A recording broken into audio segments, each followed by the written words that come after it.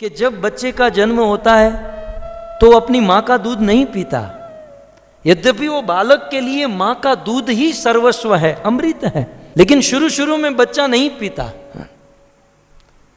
फिर माँ जबरदस्ती अपना स्तन उस बच्चे के मुख में रखती है।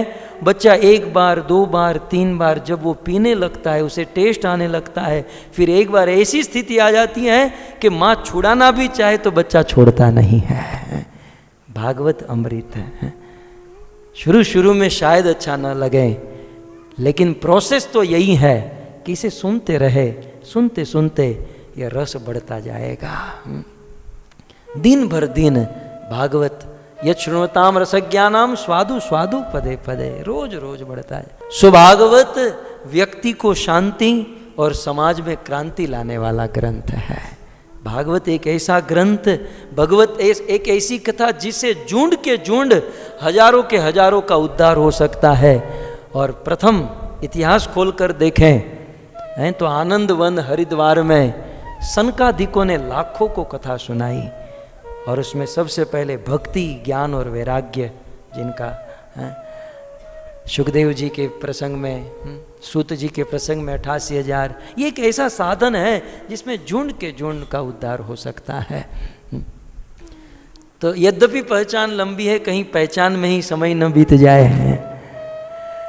तो अंत में इतना ही कहूं कि भागवत के परिचय में कि भागवत जो है उभयात्मक ग्रंथ है, अर्थात भागवत की सेवा दो तरीके से हो सकती है। एक तो उनकी आरती, पूजा या उनको फल आदि भोग चढ़ाकर, और भागवत की सबसे उत्तम सेवा है उन्हें पढ़े, उन्हें सुने, उन्हें जीवन में उतारे। श्रीमद् भागवत जैसे हम लोग स्कूल में पढ़ते हैं ना बच्चे, हिस्ट्री, ज्योमेट्री, मैथ्स, ऐसी कोई भागवत कोई साधारण किताब नहीं है। भागवत साक्षात भगवान का वांगमयी स्वरूप है।